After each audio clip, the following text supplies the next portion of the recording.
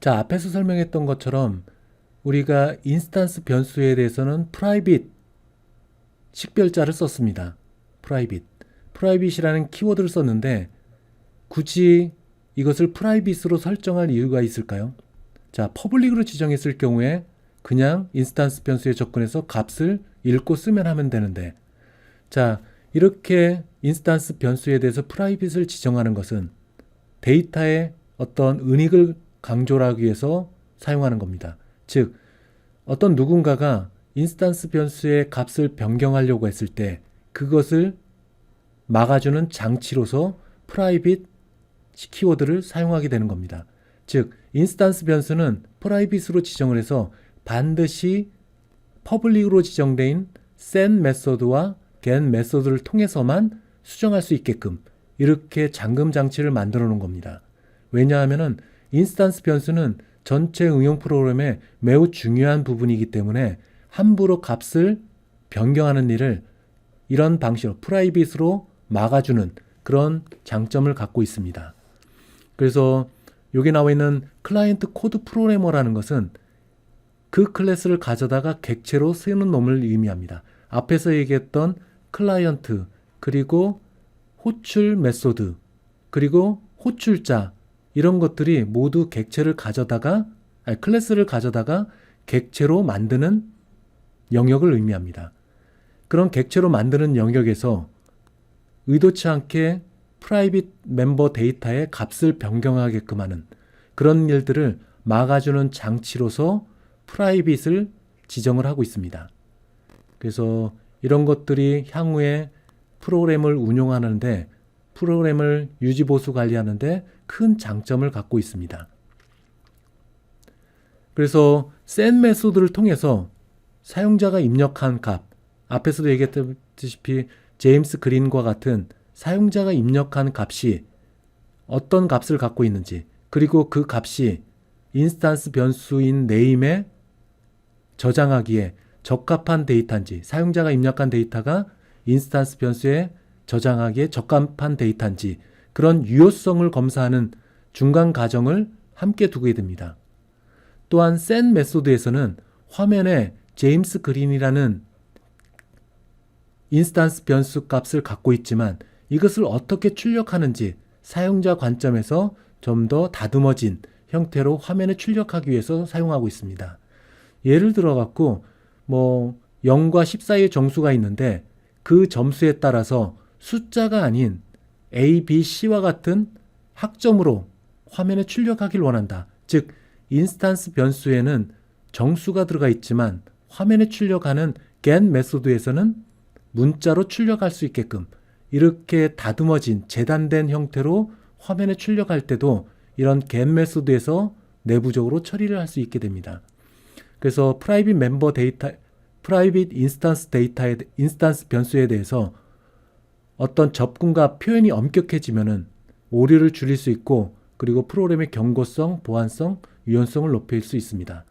따라서 인스턴스 변수는 프라이빗으로 설정을 하고 메소드는 퍼블릭으로 지정하라는 것이 일반적인 관례라고 할 수 있습니다.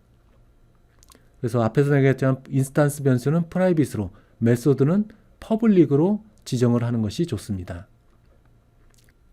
자, 코드의 변경은 항상 어떤 관례적으로 하는 어떤 규칙들이 있습니다. 물론 따르지 않아도 상관은 없지만 이런 규칙을 통해 갖고 나중에 코드가 변경됐을 때 프라이빗 멤버 데이터에 대해서 퍼블릭의 set과 메소드를 통해 수정할 수 있게 됩니다. 그래서 앞에서도 얘기했다시피 프라이빗으로 지정된 인스턴스 변수, 이것은 get, set 메소드를 통해서만 변경하고 읽을 수 있다. 이런 일정한 규칙을 여러분들이 따라줘야 됩니다. 자, 앞에서도 얘기했던 것, name이라는 인스턴스 변수는 매우 중요한 데이터입니다. 전체적인 앱의 운용이나 그리고 전체적인 결과에 치명적으로 미치는 부분들입니다. 따라서 인스턴스 변수들은 프라이빗으로 이렇게 보호해주고, 이 인스턴스 변수에 접근하기 위해서는 set 메소드와 get 메소드를 통해서 우회적으로 접근하는 것을 추천을 하고 있습니다. 그래서 get name 메소드, set 메소드를 퍼블릭으로 지정해서 안에 있는 프라이빗으로 지정되어 있는 인스턴스 변수에 접근할 수 있게끔 해라. 이런 것들이 전통적으로 관례적으로 내려오고 있습니다.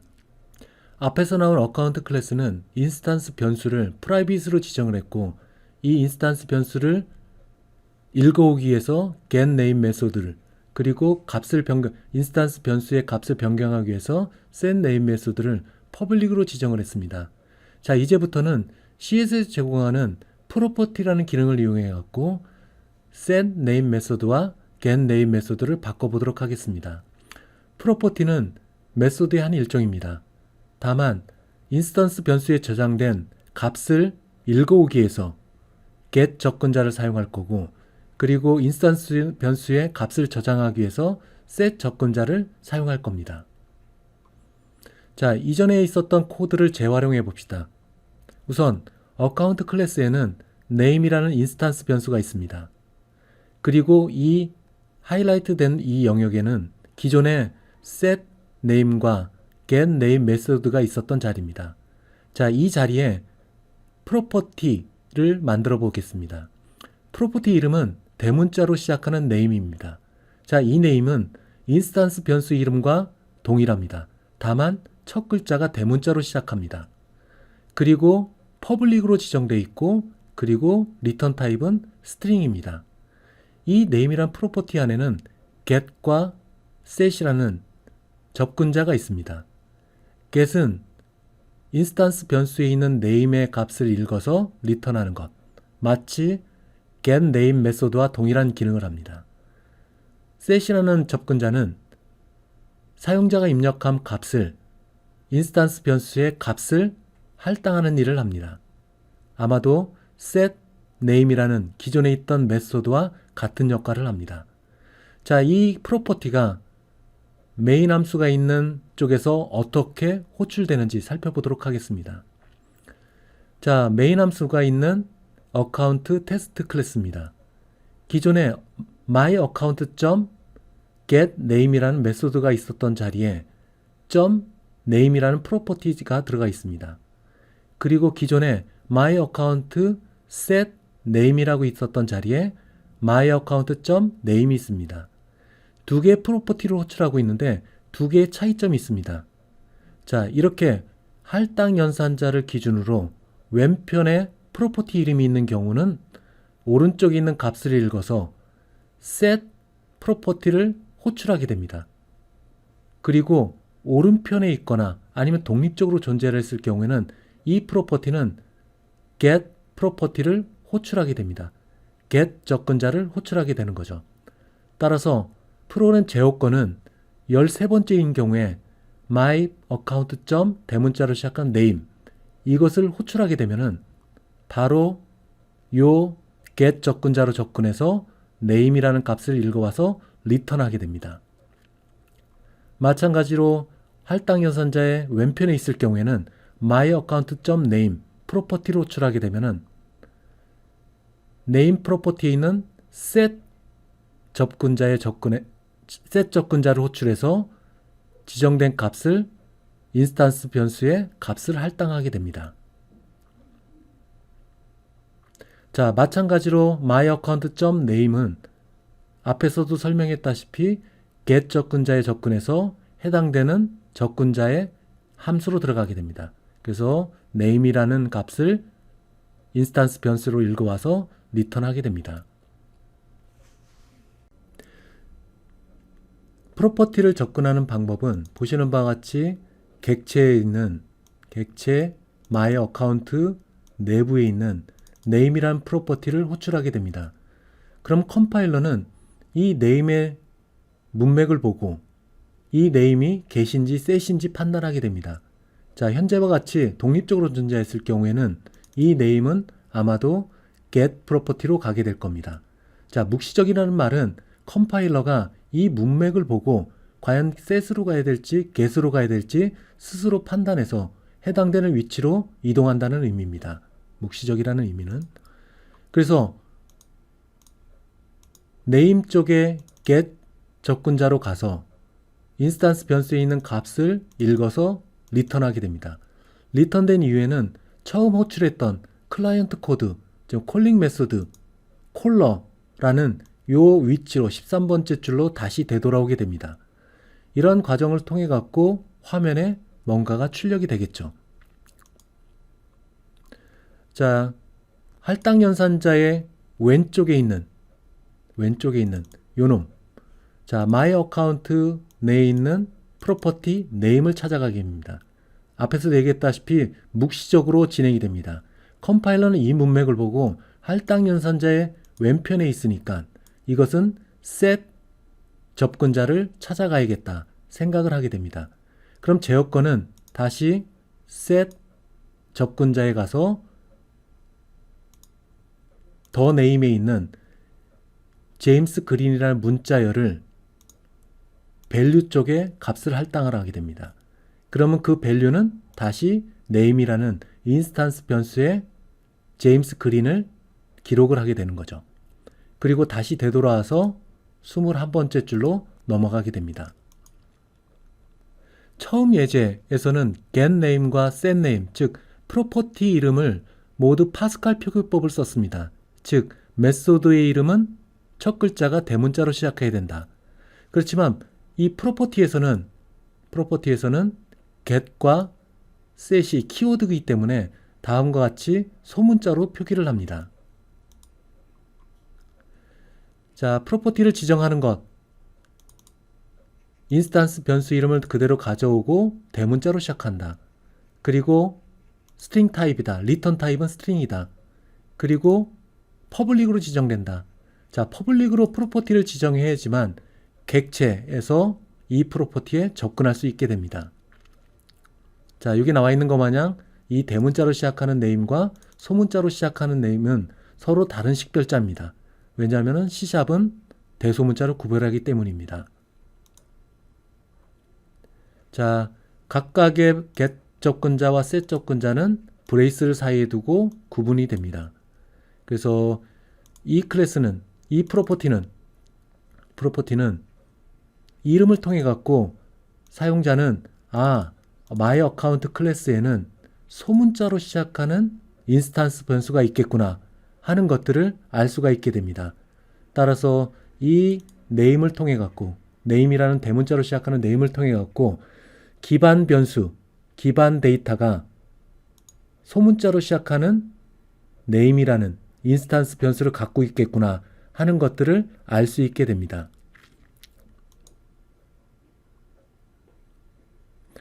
자, set 접근자도 마찬가지로 브레이스를 사이에 두고 있습니다. 브레이스 사이에 두고 있어요. 그래서 호출했던 이 지점으로 가볼까요?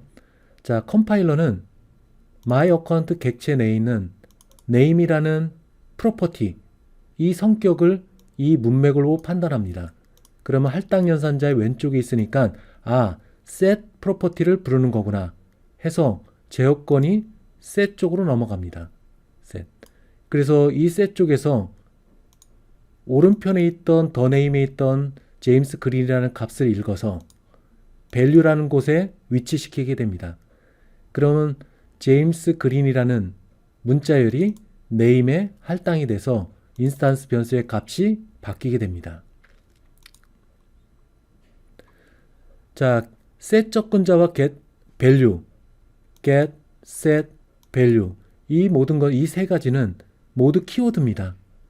자, 키워드지만 다른 어딘가에서 다시 사용할 수 있어요.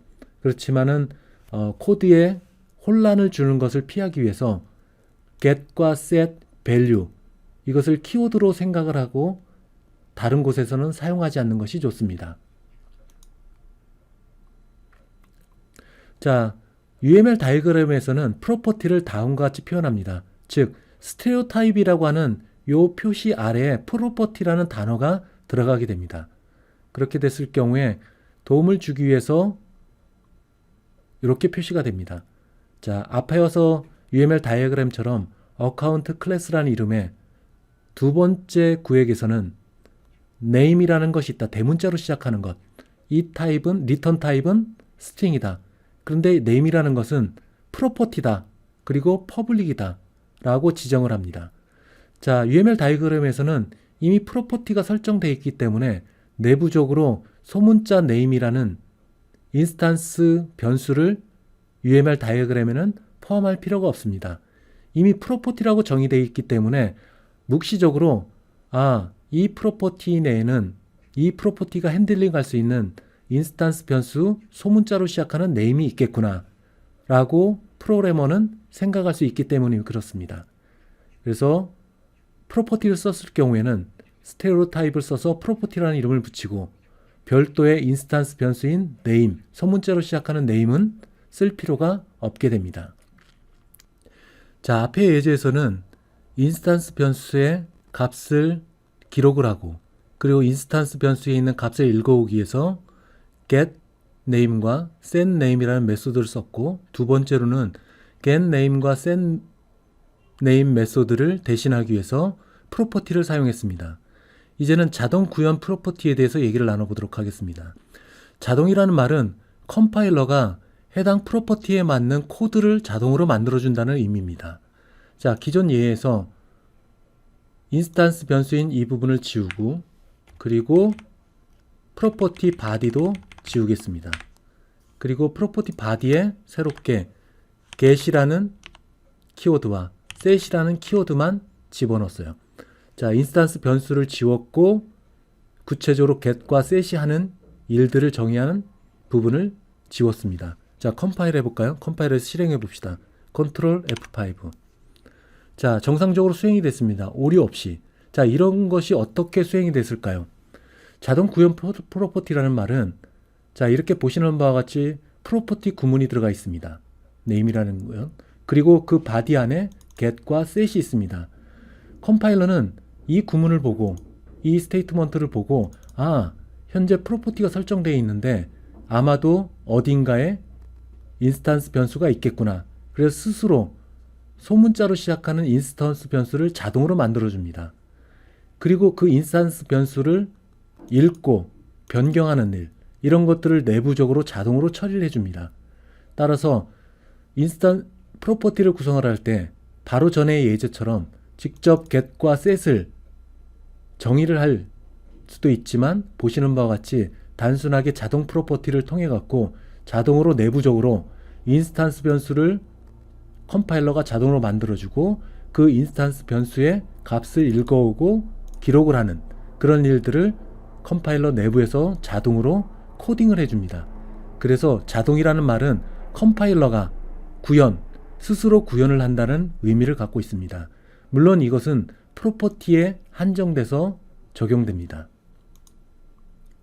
자, 기존 코드에서 이렇게 바뀌게 되면은 하나의 라인이지만 눈에는 하나의 라인으로 여러분들은 코딩을 했지만 내부적으로는 컴파일러가 인스턴스 프로퍼티, 이름은 소문자로 시작하는 네임을 스스로 만들고 그 인스턴스 변수의 값을 접근하는 것, 액세스할 수 있는 get과 set에 대한 구체적인 일들을 스스로 코딩을 해주게 됩니다.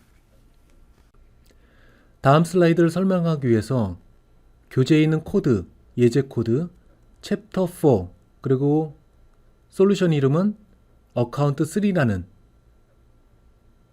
이 솔루션을 구동을 시키겠습니다.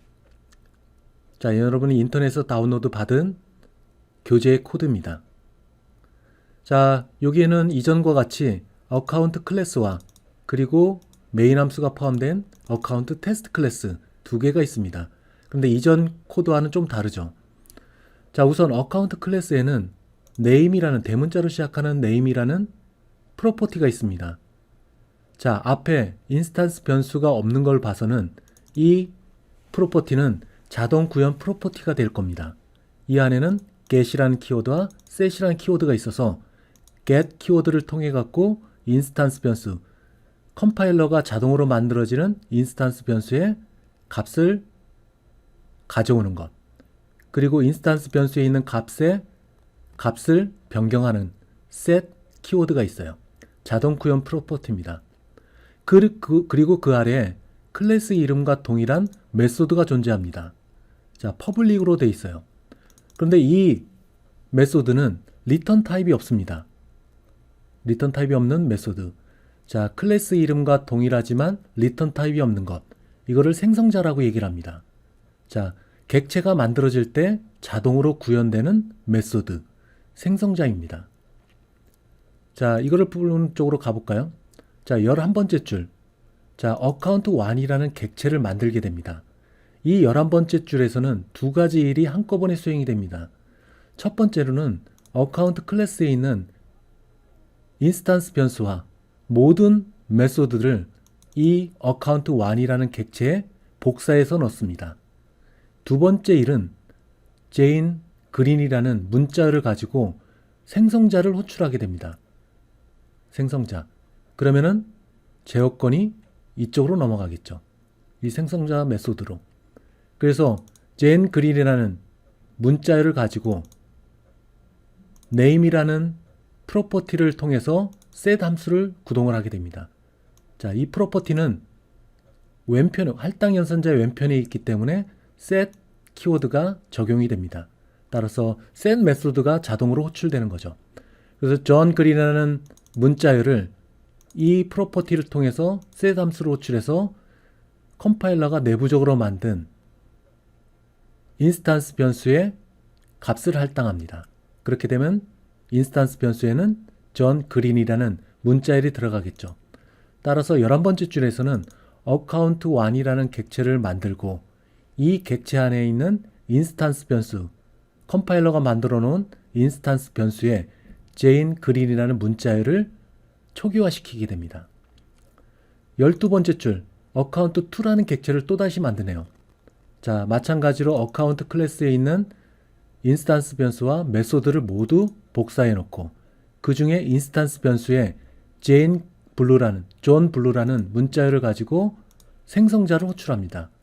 생성자를 호출해서 앞에서 나왔던 존 블루라는 문자열을 name이라는 프로퍼티를 호출해서 set 메소드를 호출해 내부에 있는 인스턴스 변수에 존 블루라는 문자열을 초기화시키는 거죠. 값을 할당하는 겁니다. 자, 여기서 보게 되면은 제어권에 따라서 한번 확인해 볼까요? 11번째 줄, 12번째 줄, 그리고 15번째 줄. 뭐 이 정도만 브레이크를 두겠습니다. 그리고 어카운트에서도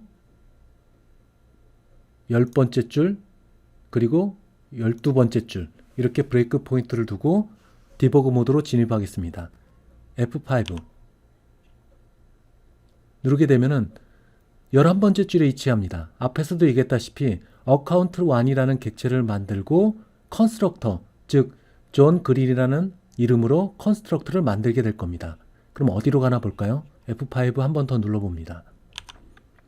그럼 컨스트럭터, 즉 생성자 쪽으로 들어가게 됩니다. 생성자 쪽으로 가서 어카운트 네임 존 그린이라는 것이 전달받았습니다.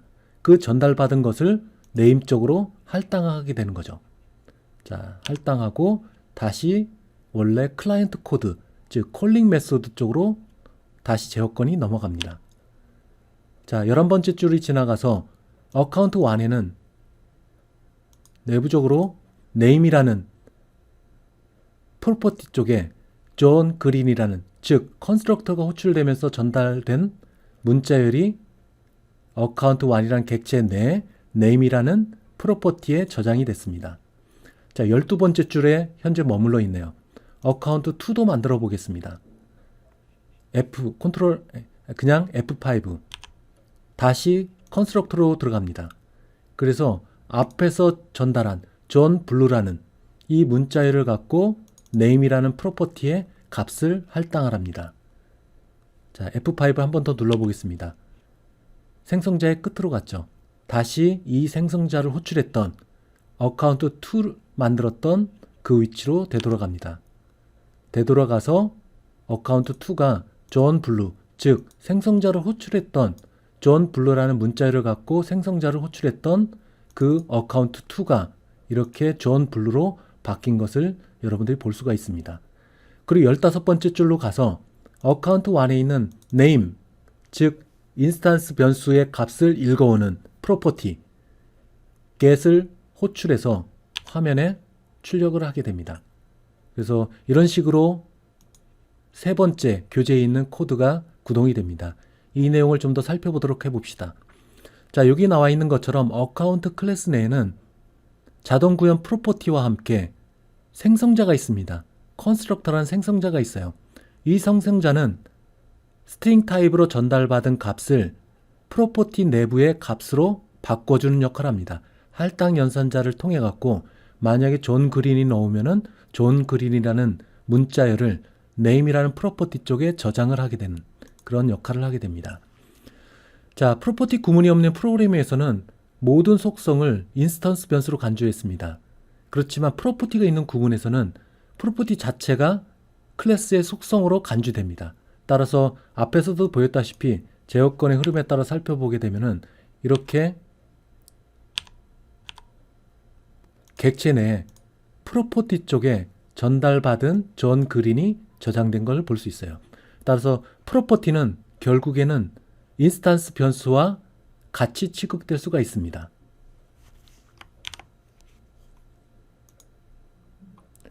자, 객체를 초기화할 때 우리가 컨스트럭터를 만들었습니다. 객체를 초기화할 때 객체를 메모리상에서 할당받고 그 안에 있는 객체 내에 인스턴스 변수의 값을 초기화하는 것.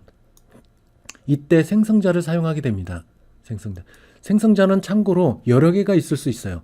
현재로는 하나만 있지만 여러 개가 중첩돼 갖고 오버로딩 형태의 컨스트럭터를 만들 수 있게 됩니다. 그래서 객체를 만드는 과정에서 반드시 생성자가 호출이 됩니다. 그리고 이런 초기화하는 과정이 컨스트럭터가 하는 역할, 생성자가 하는 역할이 C샵에서 가장 중요한 부분이기도 합니다. 자, 이렇게 되면은 앞에서도 얘기했다시피 어카운트 클래스로부터 어카운트 1이라는 객체를 만든다. 메모리상에 만들어진 이 객체 내에 존 그린이라는 문자열로 초기화한다. 이렇게 생성자를 사용하게 됩니다. 따라서 생성자는 어카운트라는 클래스로부터 파생된 객체 내에 인스턴스 변수 또는 프로퍼티를 초기화할 때 이 생성자가 사용됩니다. 자, 생성자와 기존에 있는 메소드와 차이점은 앞에서도 얘기했다시피 리턴 타입이 없습니다. 보이드도 아닙니다. 그리고 생성자는 반드시 퍼블릭으로 선언돼야 됩니다. 왜냐하면은 이 클래스의 어카운트라는 클래스 밖에서 운용되는 메소드입니다. 따라서 퍼블릭으로 지정을 해야 됩니다. 자, 뉴 키워드 메모리를 요청을 하고 메모리로부터 할당받은 어카운트 1이라는 객체, 그리고 이 과정에서 묵시적으로 생성자가 호출이 돼서 어카운트 1에 있는 인스턴스 변수나 아니면은 프로퍼티를 초기화하는 역할을 생성자가 하게 됩니다. 자, 앞에서 설명한 이런 내용들이 나오네요. 자, 코드를 보고 여러분들이 직접 코딩하면서 이 내용의 흐름을 여러분들이 파악을 해야 됩니다. 어카운트 클래스에서는 사용자가 직접 생성자를 코딩해서 넣었습니다. 이 부분. 즉, 명시적으로 코딩을 한 겁니다. 명시적과 묵시적의 차이점은 명시적은 프로그래머가 직접 코딩을 해서 넣은 부분. 묵시적이라는 말은 컴파일러가 스스로 문맥에 맞게 알아서 코딩을 한다는 부분. 그 두 개의 차이점이 있습니다. 만약에 컨스트럭터를 여러분들이 입력을 안 했다, 만들어 놓지 않았다 라고 했을 경우 어떤 결과가 있나 볼까요? 자, 만들어 놓지 않았기 때문에 인자값, 즉 파라미터에 전달되는 값은 없습니다. 자, 이 경우 컴파일러는 어카운트 클래스를 위해서 생성자를 스스로 만들어내게 됩니다. 기본값을 가지고 만들어내게 돼요. 자, 이 경우 결과를 한번 볼까요? 자, 이렇게 아무것도 없는 문자열이 출력됐죠. 초기화를 사용자가 입력하지 않았기 때문에. 자, 여기서 보게 되면은 어카운트 1이라는 클래스는, 어카운트 1이라는 객체는 어카운트 클래스로부터 메모리를 받고 생성자를 호출하게 됩니다. 자, 여기서 생성자가 없지만 컴파일러가 스스로 이 부분에 생성자를 만들어 놓게 됩니다. 그 생성자를 호출하게 되는 거죠. 자, 여러분들이 생성자를 만들지 않아도 내부적으로 컴파일러는 생성자를 만들어서 요게 객체를 만들 때처럼 메모리 공간을 만들고 생성자를 스스로 만든 것을 호출하게 됩니다. 자, 이 호출하는 과정에서 어카운트 1에 있는 프로퍼티, 이 프로퍼티는 초기화 값으로 설정이 됩니다. 즉, 어카운트 1에 있는 이 프로퍼티는 널 값으로 초기화됩니다. 자동으로. 여기서 중요한 것은 컨스트럭터, 생성자가 없다고 하더라도 모든 클래스에는 하나 이상의 생성자가 필요하다. 여러분들이 명시적으로 코딩을 안 했다면 컴파일러는 묵시적으로 생성자 하나를 이 영역에 집어넣게 됩니다. 그래서 객체를 만들 때 그 컴파일러가 스스로 만든 생성자를 자동으로 호출하는 거죠. 어쨌든 객체를 만드는 과정에서는 메모리 공간을 할당하고 생성자를 호출하는 것, 이것이 반드시 필수적으로 수행이 됩니다. 비록 여러분들이 생성자를 만들었던 안 만들었던. 자, 만약에 디폴트 타입, 생성자가 없는 상태에서 디폴트 타입으로 수행이 됐다 라고 한다면은 앞에서도 예와 같이 매개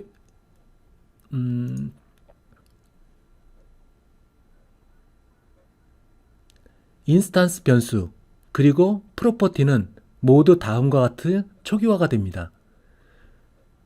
인스턴스 변수 또는 프로퍼티가 숫자형인 경우에는 0으로 초기화하고 불 타입 yes냐 no냐인 경우에는 false로 디폴트로 설정이 됩니다. 그 밖의 경우 아까와 같은 스트링 타입과 같이 이런 경우에는 널로 초기화가 됩니다. 자, 모든 클래스에는 하나 이상의 클래스가 생성자가 선언되어 있어야 됩니다. 만약에 선언되어 있지 않으면 컴파일러는 스스로 묵시적으로 디폴트 생성자를 만듭니다. 여기서 디폴트라는 것은 각각의 인스턴스 변수와 프로퍼티를 다음과 같은 형태로 초기화를 해놓게 됩니다. 자, 가장 좋은 것은 컴파일러한테 묵시적으로 생성자를 만들기를 기대하는 것보다는 각각의 인스턴스 변수와 프로퍼티에 해당되는 값으로 앞에서 얘기했다시피 이런 문자열과 같이 사용자가 원하는 값으로 초기화할 수 있게끔 여러분들이 생성자를 명시적으로 만드는 것이 필요하겠죠. 자, UML 다이어그램에서는 이런 생성자에 대해서 스테레오 타입을 통해서 이 안에 컨스트럭터라는 키워드를 집어넣게 됩니다. 자, 컨스트럭터가 위치하는 것은 세 번째 구획, 즉 오퍼레이션, 메소드나 기타 여러 가지 함수들이 들어가 있는 위치인 세 번째 구역에 위치합니다.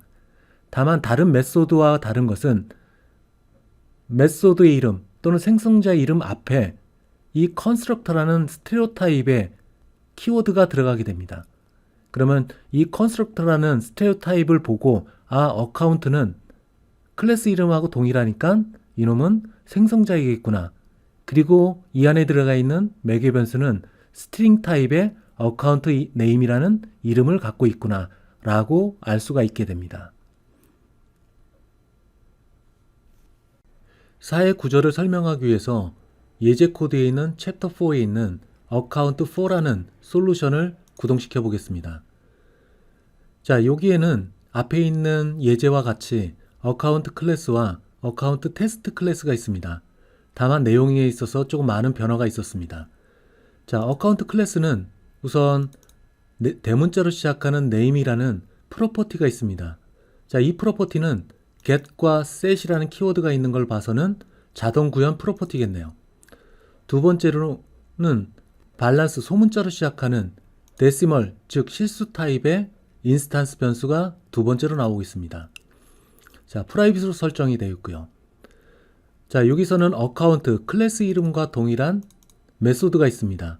자, 리턴 타입이 없는 걸 보니까 생성자겠네요. 자, 이 생성자는 두 개의 파라미터가 있습니다. 첫 번째는 어카운트 네임, 문자의 형태. 두 번째는 실수형 형태의 인스턴스 밸런스가 있습니다. 이 생성자에서 하는 일은 첫 번째 매개 변수인 어카운트 네임으로부터 문자열을 입력받아 대문자로 시작하는 네임, 즉 프로퍼티의 값을 할당하는 일을 합니다. 여기 있는 문자열을 읽어서 이 프로퍼티의 값을 기록을 하는 일. 두 번째는 이니셜 밸런스, 즉 숫자로 입력된 값을 읽어서 밸런스라는 프로퍼티, 이 아래 나오죠. 분명히 인스턴스 변수와 이 대문자로 시작하는 밸런스는 분명히 다른 존재입니다. 이것은 인스턴스 변수고 이건 프로퍼티입니다. 다만 6번째 줄과 다르게 여기 나와 있는 대문자로 시작하는 프로퍼티는 명시적으로 사용자가 코딩을 해서 넣은 부분입니다. 자, 대문자로 시작하는 밸런스, 프로퍼티. 자, 이것의 리턴 타입은 데시멀입니다. 그리고 이 안에 get과 set이 있어요. 자, get에서는 밸런스, 인스턴스 변수인 이 값에 기록되어 있는 값을 읽어서 리턴하는 것. 두 번째 있는 set은 입력받은 값을, 밸런스의 값을 기록을 하는 일, 이 일을 합니다. 다만 set은 프라이빗으로 정의되어 있어요. 따라서 set이 호출됐을 때는 set은, 여기 있는 이 set은 이 클래스 내부, 어카운트라는 클래스 내부에서만 호출할 수 있습니다. 자, 그리고 0보다 큰지 비교를 해갖고 입력받은 값을 밸런스, 소문자로 시작하는 인스턴스 변수의 값을 기록합니다.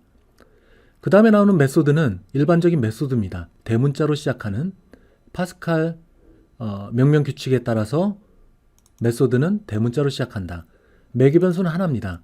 이 매개 변수, 들어온 매개 변수가 0보다 클 경우에 현재 밸런스 프로퍼티에 있는 값을 읽어서, 즉 get 접근자를 호출해서 그 밸런스에 있는 값을 입력된 디포짓 값과 더해서 다시 프로퍼티 값으로 저장을 하게 됩니다. 프로퍼티인 밸런스로 저장을 하게 되는 것. 이런 일련의 일들을 갖고 있는 어카운트 클래스입니다. 메인 함수가 있는 어카운트 테스트 클래스를 한번 볼까요? 두 개의 객체가 만들어집니다. 자, 첫 번째 객체를 만들 때 어카운트 클래스에 있는 모든 것을 이 객체에 담습니다. 두 번째로는 어카운트 클래스에 있는 생성자를 호출해서 존 그린과 숫자 50을 전달해서 생성자를 호출하게 됩니다. 그렇게 됐을 경우에 이 생성자에서는 존 그린이라는 문자열을 name이라는 프로퍼티에 값을 저장을 하게 됩니다. 또한 50이라는 숫자를 입력받아서 밸런스 프로퍼티를 호출합니다. 할당 연산자를 기준으로 왼쪽에 있기 때문에 이 프로퍼티는 set이라는 접근자에 들어가게 되는 거죠. 그래서 이 안에서 입력받은 이 이니셜 밸런스 50이라는 숫자를 가지고 밸런스라는 인스턴스 변수의 값을 기록하는 것, 이게 밸런스 프로퍼티의 set 접근자에서 하는 일입니다. 자, 어카운트 2도 마찬가지로 어카운트 클래스에 있는 모든 것, 인스턴스 프로퍼티와 메소드를 모두 집어넣고 그 다음에 어카운트 클래스에 있는 생성자를 호출해서 존 블루와 이 숫자를 값을 할당을 하게 됩니다. 그 뒤로 13번째 줄에서는 출력을 하게 됩니다. 즉 어카운트 1에 있는 네임 프로퍼티에 있는 값과 그리고 어카운트 1 객체에 있는 밸런스 프로퍼티의 값을 출력을 하게 돼요. 어카운트 2도 마찬가지입니다. 19번째 줄에서는 사용자의 입력을 기다리는 메시지를 화면에 출력을 하고 그 다음에 디파짓 어마운트라는 변수를 하나 만들어서 실수형으로 만들어서 콘솔에서 입력받은 값 가운데 실수만 파스, 즉 출연해 갖고 디파짓 어마운트 메모리 공간에 값을 할당을 하게 됩니다. 그 뒤로 어카운트 1에 있는 디퍼짓이라는 메소드를 호출해서 퍼블릭으로 되어 있는 디퍼짓 메소드, 이걸 호출해서 앞에 들어가 있던 디퍼짓 어마운트, 즉 20번째 파서해 갖고 나온 실수, 이것을 집어넣게 됩니다.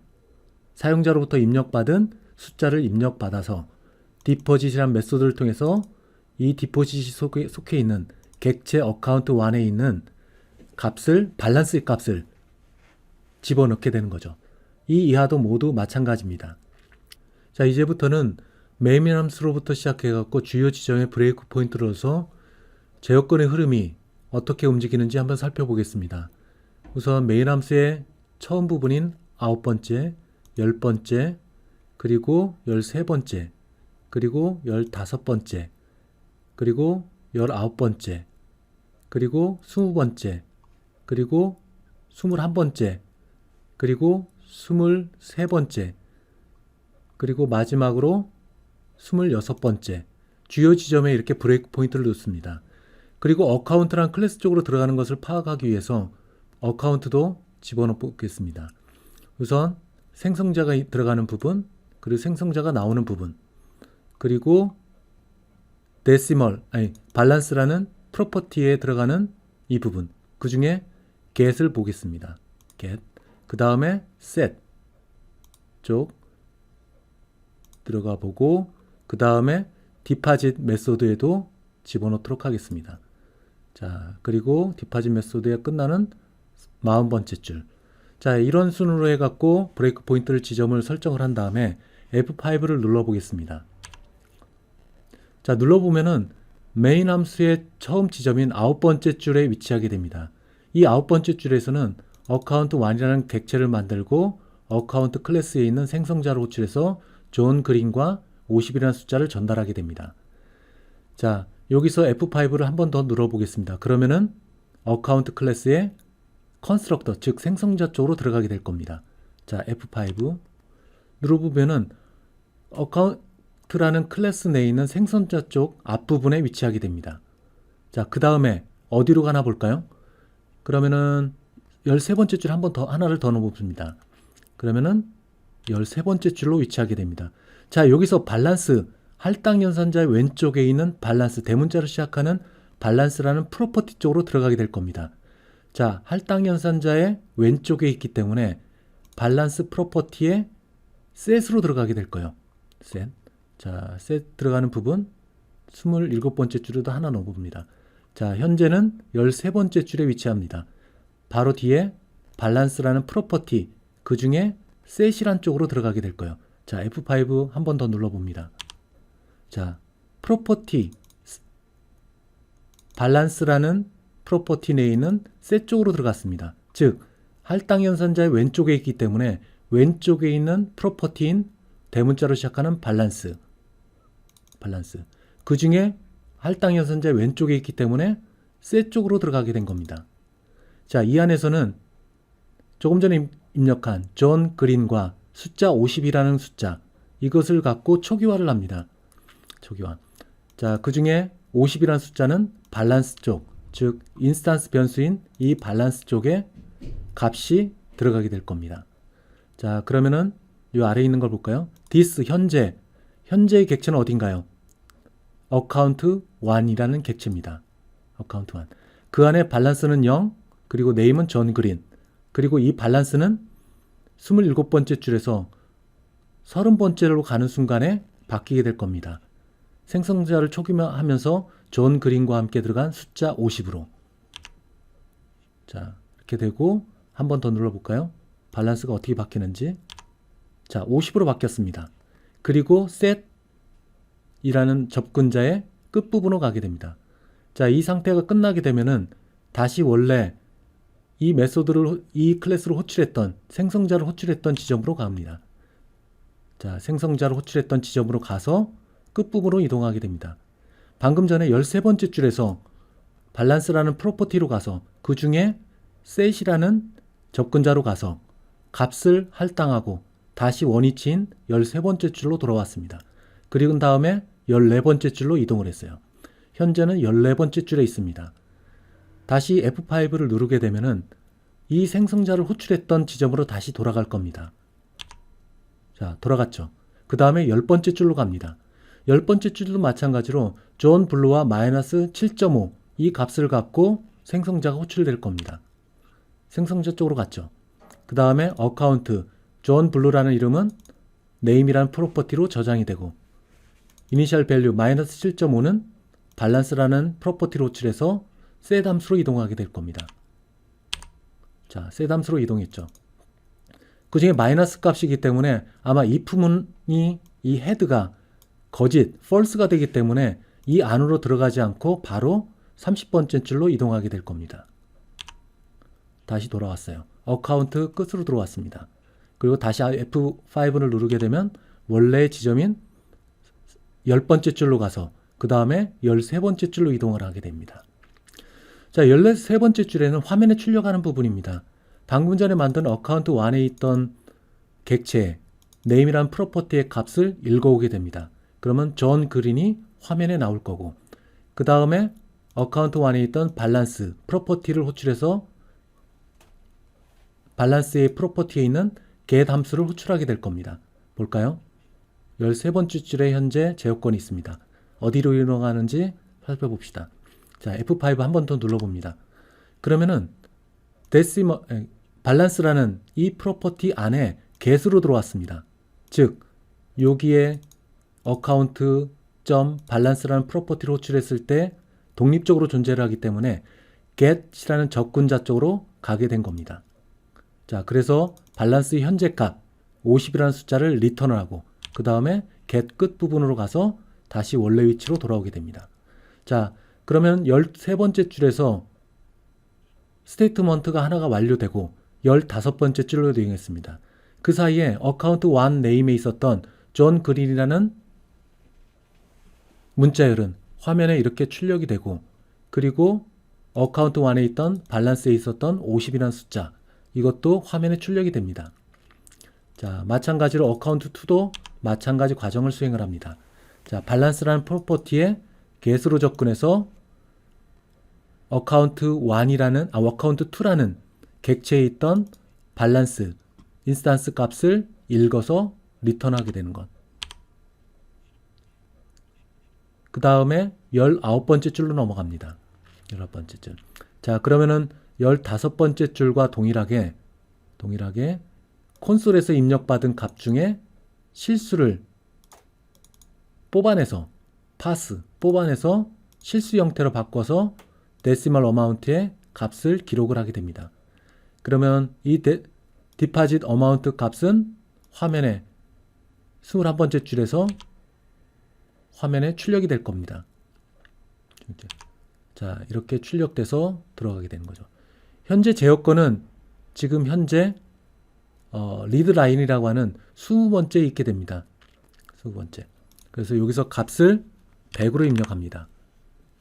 엔터를 칠까요? 엔터를 치면 21번째 줄로 넘어옵니다. 그러면 현재 디파짓 어마운트, 즉 100이 입력받아 갖고 화면에 출력이 되는 거죠. 그 다음에 디파짓, 즉 100이라는 값, 현재 100이라는 값을 입력받아서 어카운트 1, 기존에 50이라는 숫자로 있었던 그 값을 어카운트 1에 있던 50이라는 숫자가 있었던 인스턴스 변수의 값을 이 100으로 수정을 하게 됩니다. 자, 수정을 하는 과정을 볼까요? 자, 이렇게 와서 이쪽으로 넘어오게 됩니다. 그리고 다음 번으로 넘어가면은 자, 디파짓 메소드가 호출됐습니다. 어디서 호출됐나요? 여기서 호출됐습니다. 여기서 호출됐어요. 어카운트 1에 있는 디파짓 메소드를 호출했습니다. 얼마의 값을 갖고 조금 전에 입력한 100이라는 값을 갖고. 자, 이쪽으로 와서 100이라는 값이 0보다 크냐를 파악을 한 다음에 크면은 디파짓 어마운트 조금 전에 나온 100이라는 숫자를 현재 밸런스에 있었던, 즉 밸런스 프로퍼티, 그러면 get을 호출하겠죠. 그러면 이 밸런스에 있었던 50이라는 숫자는 기존에 다시 들어온 100이라는 숫자와 합쳐서 150이 밸런스에 저장이 되게 됩니다. 물론 밸런스는 할당 연산자의 왼편에 있기 때문에 여기에 있는 set 접근자에 접근을 하게 되는 거죠. 자, 이렇게 가고 값이 저장이 됩니다. 이러한 일련의 과정을 통해 갖고 다시 원래대로 돌아와서 또 화면에 출력하게 되는 거죠. 자, 이런 과정을 통해 갖고 현재 객체에 있는 인스턴스 변수 또는 프로퍼티 값을 읽어오고 갱신하는 일련의 과정들이 수행되게 됩니다. 강의 노트로 돌아와 갖고 데시멀 형태의 인스턴스 변수, 즉 이런 것들을 얘기를 하죠. 여기 있는 인스턴스 변수, 데시멀로 되어 있는 인스턴스 변수, 이거는 모두 0으로 초기화됩니다.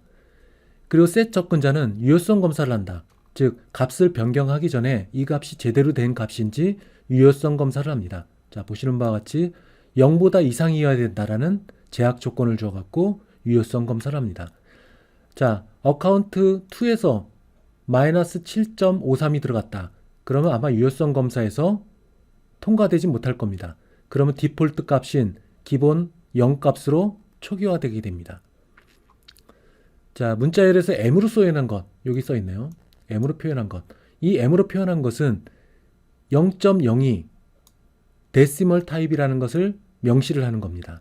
만약에 이 M이라는 표시가 없으면 0.0은 더블 값, 더블 타입으로 설정이 됩니다. 그래서 더블 값과 데시멀 값은 서로 존재할 수 없습니다. 왜냐하면 밸런스가 데시멀로 되어 있기 때문에 오른쪽에 있는 이 밸류 값도 반드시 데시멀이어야 됩니다. 그 데시멀 값을 정하는 것이 M입니다. M. 자, 이렇게 쭉 나타나 있네요. 밸런스는 데시멀 타입이다. 데시멀. 그리고 객체가 초기화될 때 밸런스는 0으로 초기화된다. 생성자를 통해 갖고 값이 전달받지 않는 이상 0으로 초기화된다. 그리고 여기에는 밸런스의 프로퍼티를 정의한 부분입니다. 밸런스, 대문자로 시작하는 밸런스 프로퍼티. 이 안에는 get과 set이 있다. get은 밸런스 소문자로 시작하는 인스턴스 변수, 이것을 리턴하는 거고, set은 밸런스로 정의된 인스턴스 변수에 입력받은 값, 앞에서 얘기했던 50 그리고 100이라는 숫자를 할당하는 것, 값을 기록하는 것, 이렇게 구성되어 있습니다. 그리고 또 다른 대문자로 시작하는 메소드, 디파짓. 자, 이것은 유효성 검사를 해서 그 값이 맞으면은 밸런스 프로퍼티에 있는 값과 더해서 밸런스에 기록을 합니다. 앞에서도 얘기했다시피 이 밸런스 프로퍼티를 호출하게 되면 get이라는 접근자에 들어가게 되는 거고, 그리고 할당 연산자의 왼편에 있으면은 이거는 set이라는 프로퍼티에 진입을 하게 되는 겁니다. 자, 여기에 있는 프로퍼티 내에 있는 get과 set 접근자는 기본적으로 퍼블릭입니다.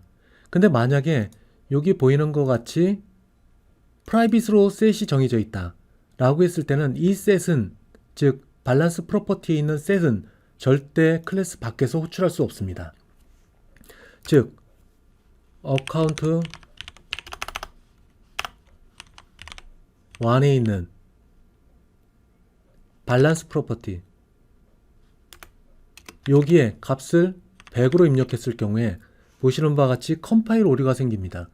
즉 할당 연산자 왼편에 있는 이 프로퍼티는 set을 호출하는 겁니다.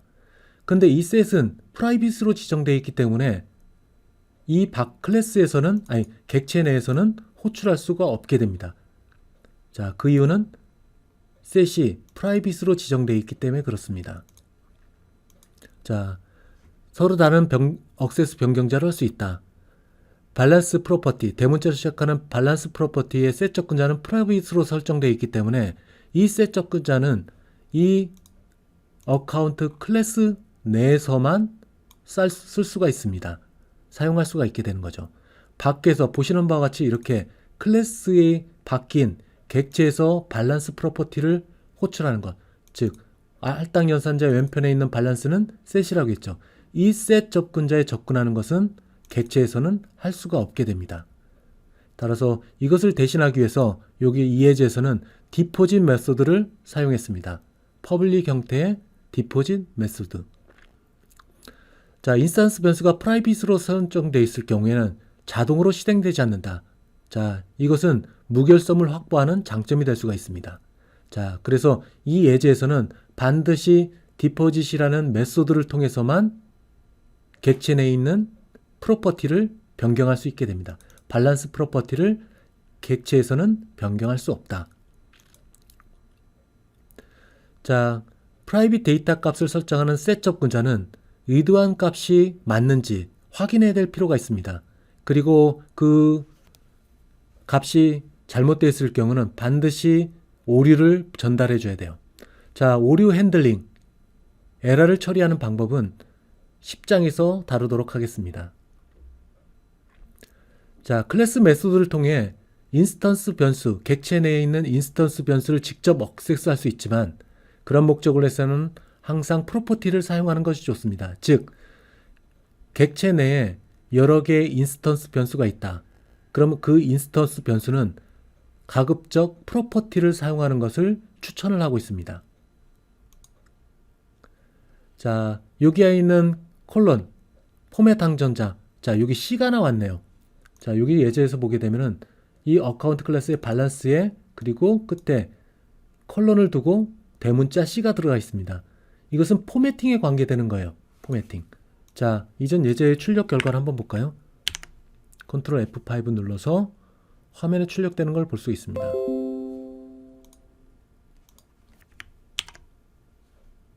자, 여기는 보는 것 마냥 원 표시가 돼 있어요. 원 표시.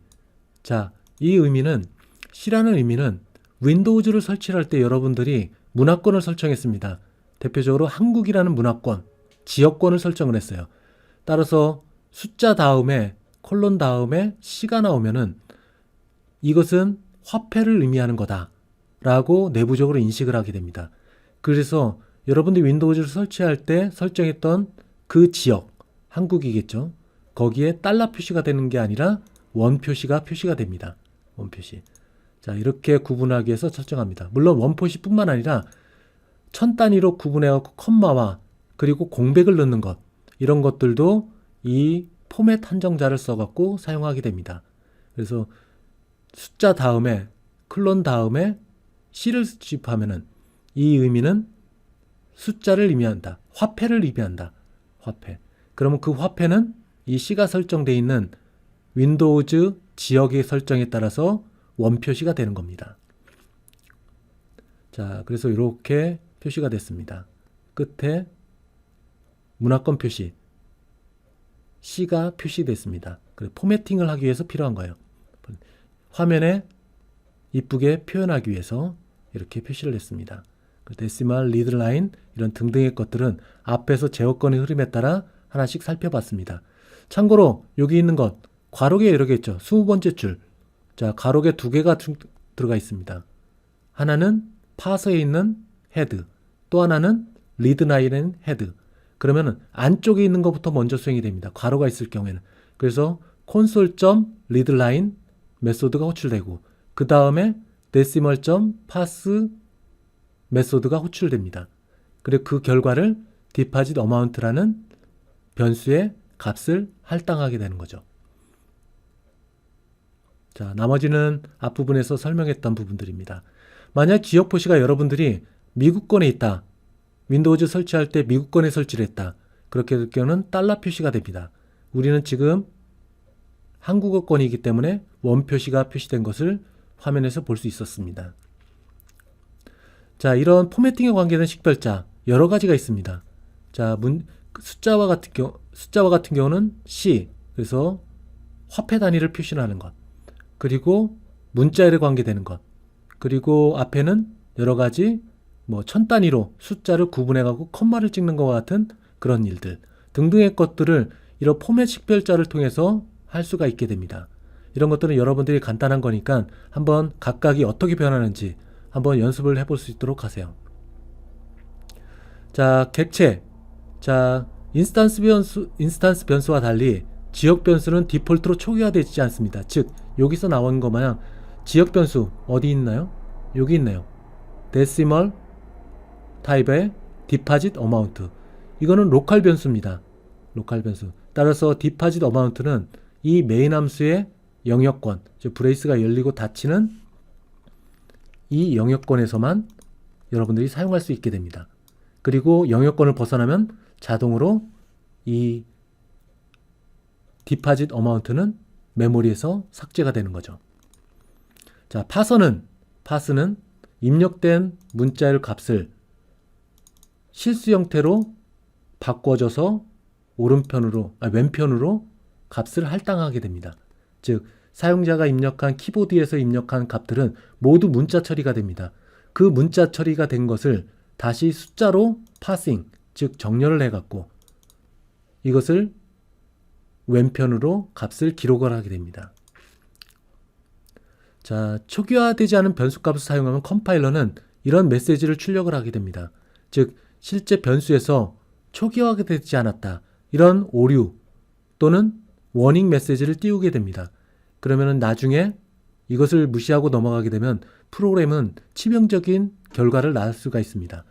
따라서 지역 변수로 설정되어 있는 모든 변수는 가급적 초기화를 하는 것이 좋겠죠. 자, 21번째 예에서는 지역 변수를 설정하고 바로 할당 연산자를 써서 초기화를 했습니다. 그래서 이와 같이 21번째 있는 것과 같이 변수를 정의하면 반드시 할당 연산자를 써서 초기화를 하는 것들을 여러분들이 습관을 갖도록 하세요. 지역 변수는 반드시 초기화를 한다. 자, 반복된 코드를 사용할 경우에는 메소드로 만들어 놓으면 좋겠다. 즉, 이렇게 계속 반복적인 부분들이 있습니다. 여기 계속 반복적인 코드가 있죠. 여기도 있고 또 다른 여기도 있습니다. 이런 반복적인 거를 메소드로 만들어 놓게 되면은 반복적인 코드의 양을 줄일 수가 있게 됩니다. 즉, 해당되는 메소드를 호출해서 그 해당되는 내용의 반복적인 내용을 수행하면 된다. 즉, 코드상에 반복적인 코드들이 있을 경우에는 그 코드를 메소드로 만들어 놓은 것이 유지 관리에 도움이 됩니다. 자, 마지막으로 완성된 어카운트 클래스입니다. 네 번째 예제 코드에 있는 예입니다. 자, 첫 번째는 프로퍼티입니다. name이라는 프로퍼티. 이 프로퍼티의 리턴 타입은 스트링이다. 그리고 퍼블릭으로 지정되어 있다. 또 다른 밸런스라는 프로퍼티가 있다. 그 리턴 타입은 데시멀이다. 그리고 그것 또한 퍼블릭이다. 자, 연산 쪽에 가보게 되면은 어카운트라는 컨스트럭터가 있습니다. 거의 매개 변수는 다음과 같은 두 개가 있고, 그 다음에 메소드가 있습니다. 디퍼짓이라는. 이것은 퍼블릭입니다. 퍼블릭. 자, 이렇게 UML 클래스 다이어그램을 완성할 수 있습니다. 자, 오프라인 수업에서는 마지막에 있는 예제를 가지고 제어권의 흐름에 따라 하나씩 다시 한번 따져보도록 하겠습니다. 4장의 마지막 부분은 단축키에 관계되는 내용입니다. 여러분들이 단축키를 사용하게 되면 비주얼 스튜디오 내에서 편집을 그리고 코딩을 좀 더 효과적으로 할 수 있는 좋은 방법입니다.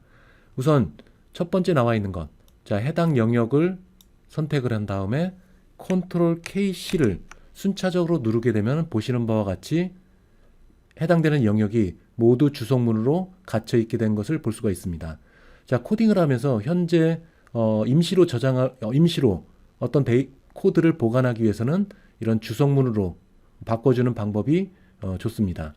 다시 원래대로 주석문이 없었던 상태로 되돌아가기 위해서는 컨트롤 K, U를 순차적으로 누르게 되면은 다시 원래의 코드로 돌아가게 됩니다. 자, 두 번째는 단어 찾기입니다. 여러분들이 단어를 찾을 때 코드상에서 중복된 단어, 똑같은 단어가 어디 있는지 단어 찾기를 할 때 사용하는 방법입니다. 우선 첫 번째, 해당 단어를 선택을 한 다음에 F3를 누르게 되면은 F3에 따라서 이전에 선택됐던 이 단어와 똑같은 단어들을 아랫방향으로 진행을 하면서 단어 찾기가 진행이 됩니다. 단어 찾기.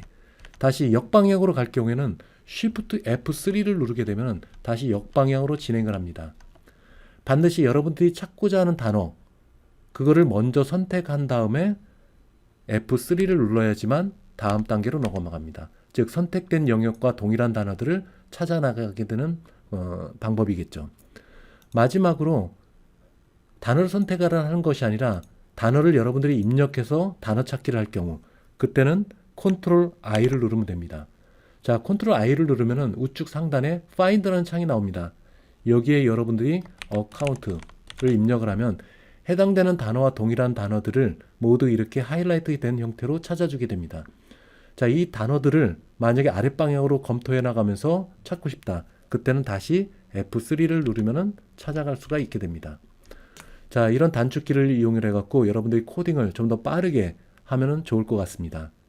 자, 4장 강의를 여기서 마치겠습니다.